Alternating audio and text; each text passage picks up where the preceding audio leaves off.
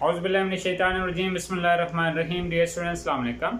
Students, आज का topic है नरेशन, जिसमें हम सीखेंगे डायरेक्ट इनडायरेक्ट। उमूमन इंग्लिश ग्रामर में डायरेक्ट एंड इनडायरेक्ट नरेशन सबको ही मुश्किल लगती है। कोशिश करते हैं कि इसको भी आसान से आसान तरीके से आपको समझाया जाए। तो सबसे पहले हम डिस्कस करते हैं कि डायरेक्ट नरेशन क्या होती है। जब किसी शख्स के कहे हुए अल्फाज हम उसी की ज़बानी बताएं तो इसको कहते हैं डायरेक्ट स्पीच। जैसे कि वो कहता है मैं बीमार हूँ। अब वो कहता है मैं बीमार हूँ, इंग्लिश में इसको लिखते हैं he says इन्वर्टेड कामा में I am ill। he says I am ill, ये डायरेक्ट स्पीच है। इनडायरेक्ट स्पीच क्या होती है? जब किसी दूसरे शख्स के कहे हुए अल्फाज हम अपने अल्फाज में बयान करें, उसको इनडायरेक्ट स्पीच कहते हैं। जैसे वो कहता है कि वो बीमार है। पहले मैंने बात की थी, वो कहता है मैं बीमार हूं, इसको डायरेक्ट स्पीच कहेंगे। दूसरी बात मैंने की, वो कहता है कि वो बीमार है, ये डायरेक्ट स्पीच है। इनडायरेक्ट स्पीच की तरफ आते हैं। he says that he is ill, वो कहता है वो बीमार है, इसको इनडायरेक्ट स्पीच कहते हैं। डायरेक्ट इनडायरेक्ट स्पीच के लिए कुछ रूल्स हैं, जिसमें सबसे पहला रूल हम सीखने जा रहे हैं। वो रूल है प्रेजेंट इंडेफिनिट। प्रेजेंट इंडेफिनिट क्या? जब आपकी रिपोर्टिंग स्पीच प्रेजेंट इंडेफिनिट हो। प्रेजेंट इंडेफिनिट क्या हो? Reporting speech. जब रिपोर्टिंग स्पीच प्रेजेंट इंडेफिनिट हो, उस वक्त हम सिर्फ और सिर्फ प्रोनाउन चेंज करेंगे, वर्ब चेंज नहीं करेंगे। क्या मतलब चेंज करेंगे नहीं करेंगे, इस चीज को सीखते हैं। इस वक्त हमारे पास सेंटेंस है ही सेज आई एम इल।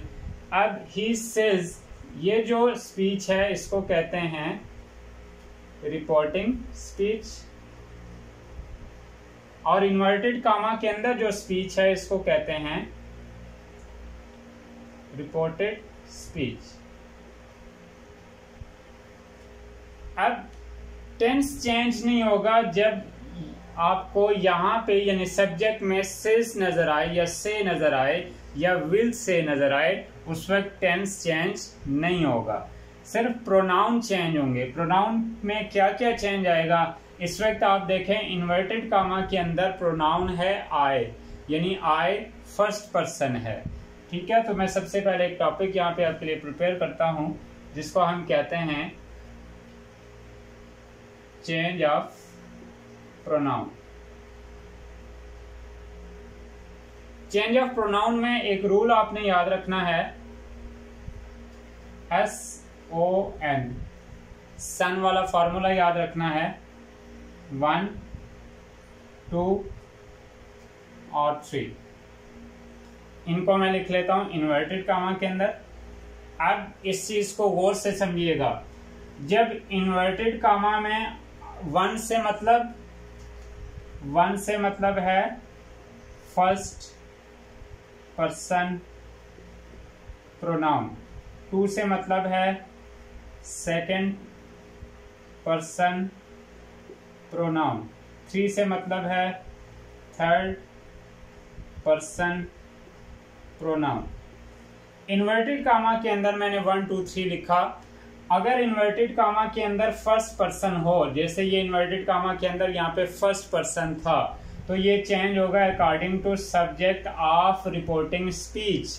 जैसे ही सेज एज इट इज लिखा। सबसे पहला स्टेप क्या है? ये वाला कामा और ये 2 इन्वर्टेड कामा रिमूव करके इसकी जगह दैट लगेगा।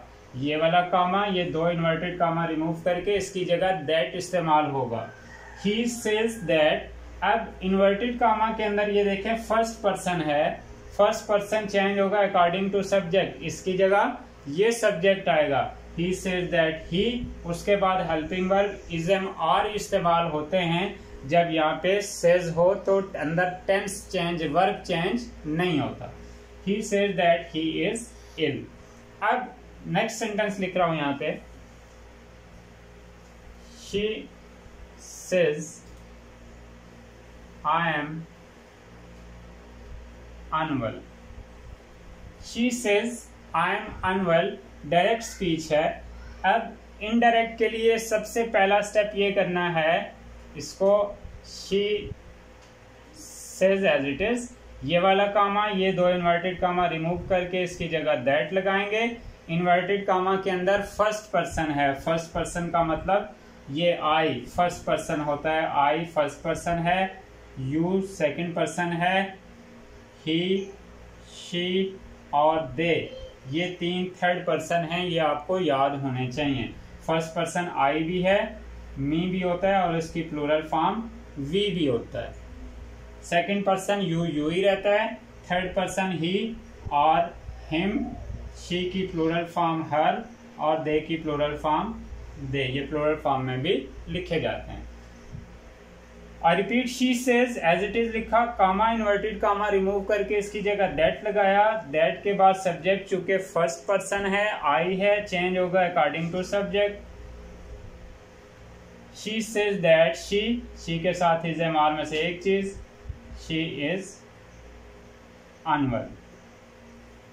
ठीक है, नेक्स्ट है दे से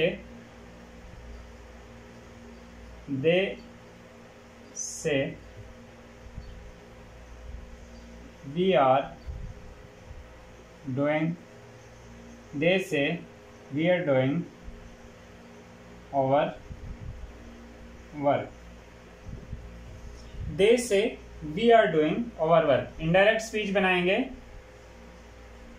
they say comma inverted comma remove होगा, इसकी जगह दैट लगेगा। दैट वी भी फर्स्ट पर्सन है, ये देखें यहां हमने लिखा, इसको अकॉर्डिंग टू सब्जेक्ट इसकी जगह लिखेंगे that they are doing, over work की जगह दे है तो देयर वर्क। दे से वो कहते हैं हम अपना काम कर रहे हैं, ये डायरेक्ट स्पीच है, यानी बोलने वाले के अल्फाज मैंने उन्हीं के अल्फाज की मानिद हू बहू एज इट इज बता दिए। They say that they are doing their work, वो कहते हैं कि वो अपना काम कर रहे हैं।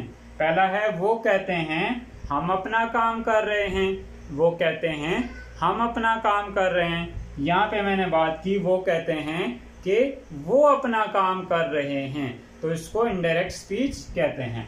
नेक्स्ट हम आते हैं इसकी एक्सरसाइज की तरफ, एक एक्सरसाइज सॉल्व करते हैं, साथ साथ रूल भी बताता जाऊंगा। एक्सरसाइज हमने लिख दी, एक्सरसाइज में हमारे पास 8 सेंटेंस हैं। चलते हैं पहले सेंटेंस की तरफ, और ये तमाम के तमाम सेंटेंस आप देखिएगा, he says, she says, they say, she says, you will say, they say, she says और she says। प्रेजेंट इंडेफिनेट या फ्यूचर इंडेफिनेट टेंस है। स्टूडेंट्स, जब भी रिपोर्टिंग स्पीच प्रेजेंट इंडेफिनेट या फ्यूचर इंडेफिनेट टेंस में हो तो उस वक्त टेंस चेंज नहीं करते, यानी इन्वर्टेड कामा के अंदर कभी भी टेंस चेंज नहीं होगा। चेंज ऑफ प्रोनाउन जरूर होगा। प्रोनाउन के चेंज के लिए SON वाला फॉर्मूला आपने अप्लाई करना है, यानी जब भी इन्वर्टेड कामा के अंदर फर्स्ट पर्सन हो, सेकंड पर्सन हो या इन्वर्टेड कामा के अंदर थर्ड पर्सन हो, फर्स्ट पर्सन चेंज होगा according to subject, second person change होगा अकॉर्डिंग टू ऑब्जेक्ट। अगर इन्वर्टेड कामा के अंदर कहीं थर्ड पर्सन होगा तो उसमें कोई तब्दीली नहीं आती, अगर थर्ड पर्सन होगा तो उसमें कोई तब्दीली नहीं आती। एक सेंटेंस यहाँ पे थर्ड पर्सन का लिख लेते हैं, he says she is a doctor। ठीक है, अब हम आते हैं पहले सेंटेंस की तरफ। he says I am unwell। Rule repeat कर रहा हूं साथ साथ। सबसे पहले he says आपने इनडायरेक्ट स्पीच बनाते हुए एज इट इज लिखना है। he says ये वाला कामा और ये इन्वर्टेड कामा रिमूव करके इसकी जगह दैट लगाना है। अब देखना है कि इसमें प्रोनाउन फर्स्ट पर्सन है तो अकॉर्डिंग टू सब्जेक्ट चेंज होगा। फर्स्ट पर्सन प्रोनाउन कौन सा होता है? आई, मी या वी। सेकंड पर्सन होता है यू।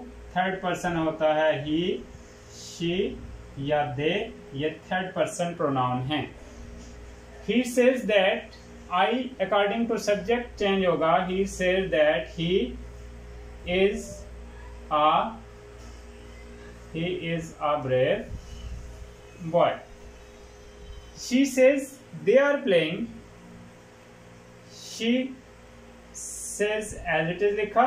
ये कामा और इन्वर्टेड कामा रिमूव करने के लिए that का इस्तेमाल किया।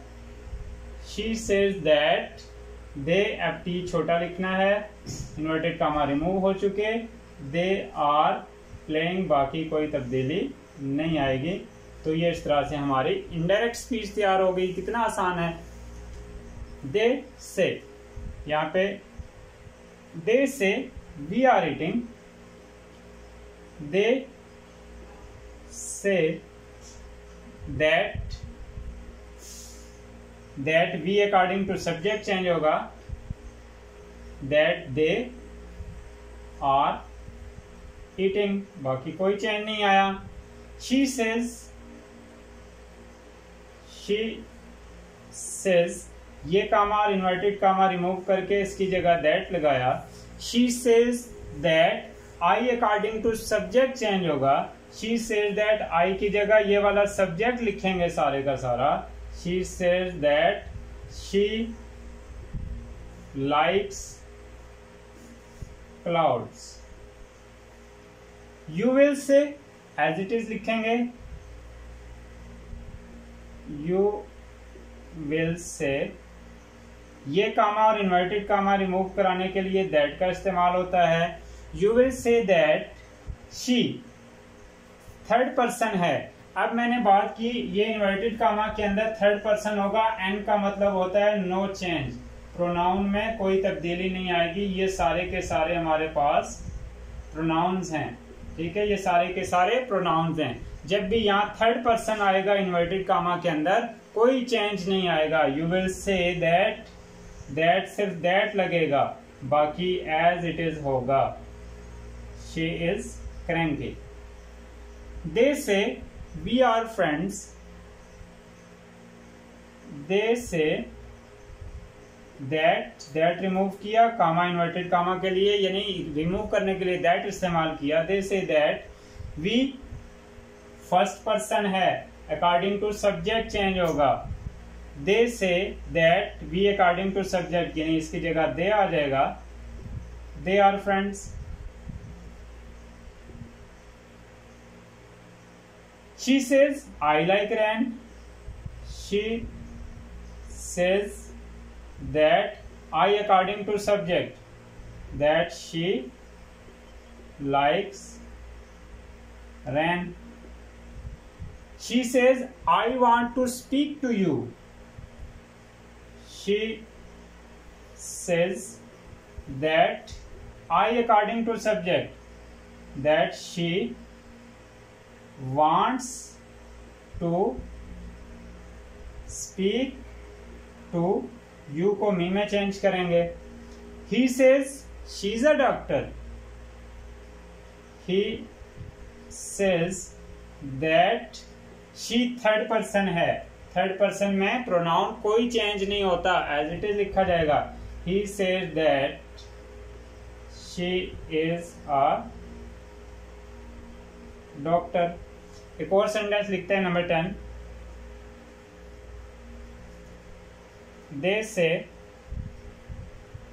दे से